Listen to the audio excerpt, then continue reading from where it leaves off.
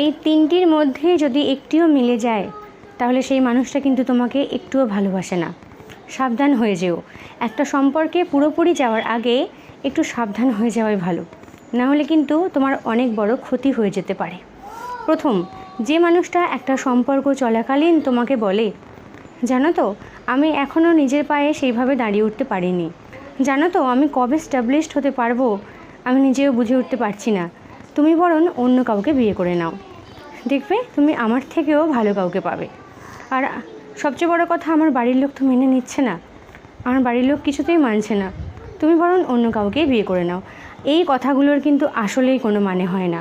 যে তোমাকে সত্যিকারের মন থেকে ভালোবাসবে সে কখনো তোমাকে এরকমভাবে বলবে না। সে সব বাধা পেরিয়ে তোমাকেই চাইবে এবং তোমাকেই তার জীবনসঙ্গী করতে চাইবে।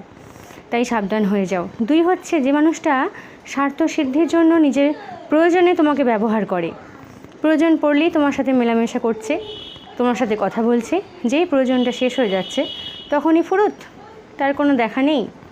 3 হচ্ছে, যে মানুষটা মাঝে মধ্যে উদাও হয়ে যায়, মন চাইলেই তোমাকে ব্লক করে দেয়, আবার মন চাইলেই তোমাকে আনব্লক করে। এরকম মানুষের সাথে কখনো সম্পর্ক করতে নেই। তাই একটা রিলেশনশিপে থাকাকালীন একটু ভেবে নিও তার সাথে কি ভবিষ্যতে সম্পর্কে থাকা যাবে।